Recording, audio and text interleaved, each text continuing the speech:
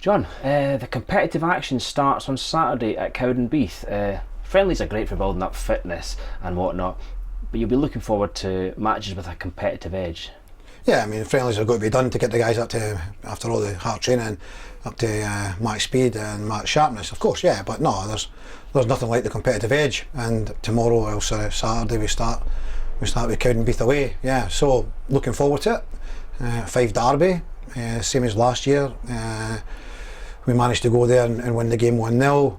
You know, it was a little bit kind of scrappy affair, but you know, coming away to Central Park with the 3 points at that particular time was very pleasing, and hopefully we can come away for Central Park on Saturday at 5 o'clock with 3 points again, by hook or by crook. It's not the easiest place to go. It's never the easiest place to go and play football, and Gary will have his team well fired up. We'd expect that.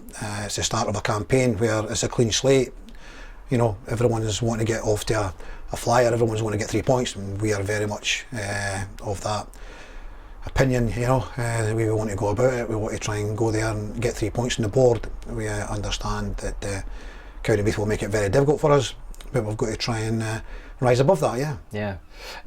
Yeah, as you said, Gary always has them well drilled. We may have to be patient, but looking to ourselves, you've now seen everyone that's available in action in the friendlies, but a potential name that could be added on the weekend is Dave Mackay. It's been a long road back for the young man, and he's worked hard to get back to fitness.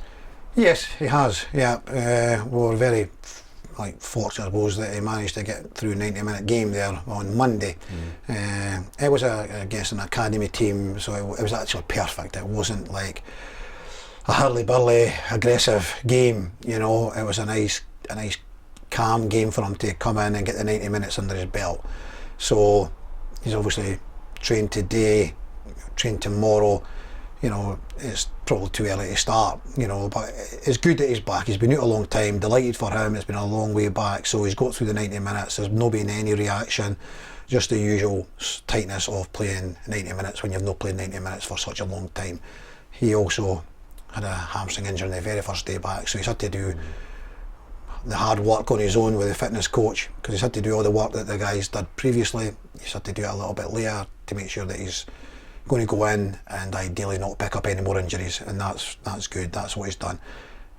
Probably be on the bench.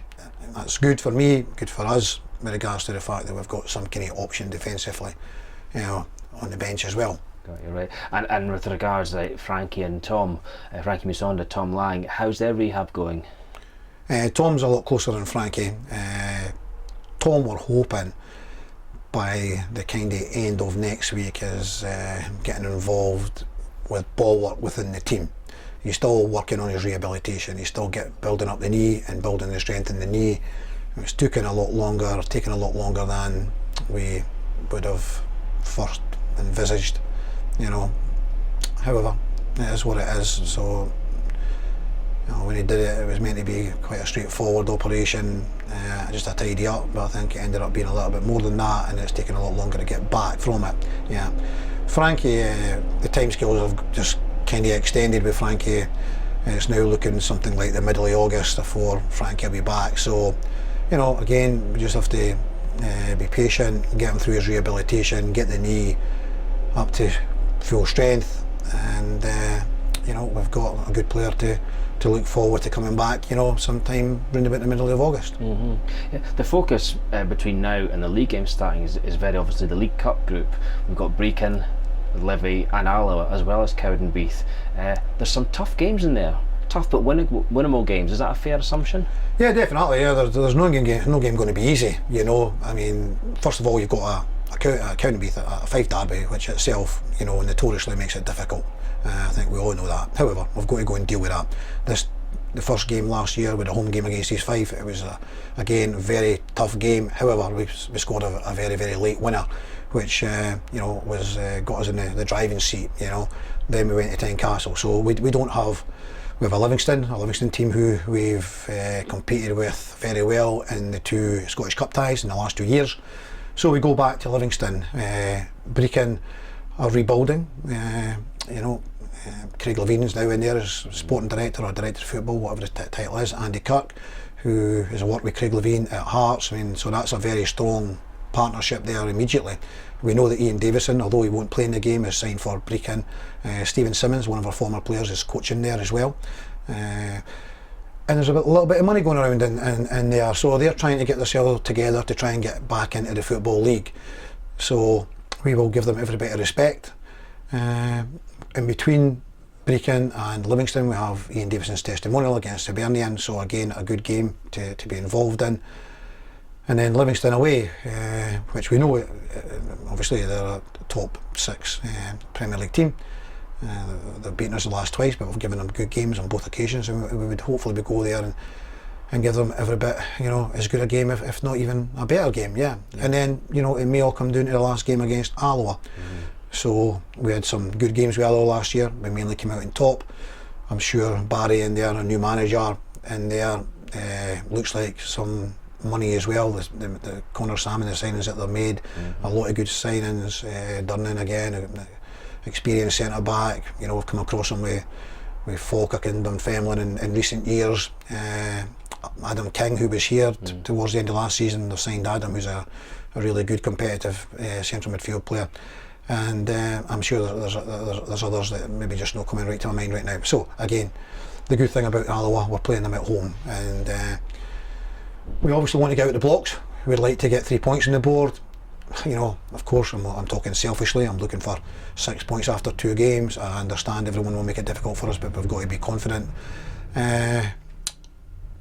Livingston away, we go to win games. If we can win that game, get a draw in that game, it would make it that the last game would really matter. And if you can get yourself 9 or 10 points, then obviously you've got a right good chance of going through by winning the group or being like a good second, which again you could qualify from. So realistically, I think based on groups that we've had in the last couple of years that we've had, I think this group we've got a realistic chance where Hearts were always going to win that group last year, and with Dundee and Inverness previously in the League Cup group previously, kind of probably difficult. So I'm not for one matter thinking this is going to be a walk in the park. By no means. Saturday is a difficult game right away. So, but we've got to believe and we've got to have confidence in ourselves that we can go there, build on that by beating Brechin, and look to go to Livingston, take something with a right good opportunity to advance in this group. And we've not done that for we've only been back for 2 groups, so we've not done that very well, and it would be nice to do that. And again, that would build momentum. It would the feel good factor going into the league campaign starting with Hamilton here. Great. Well, it sounds like you're up for the cup campaign. We certainly are. Thanks for that, John, and good luck. Thanks, Neil.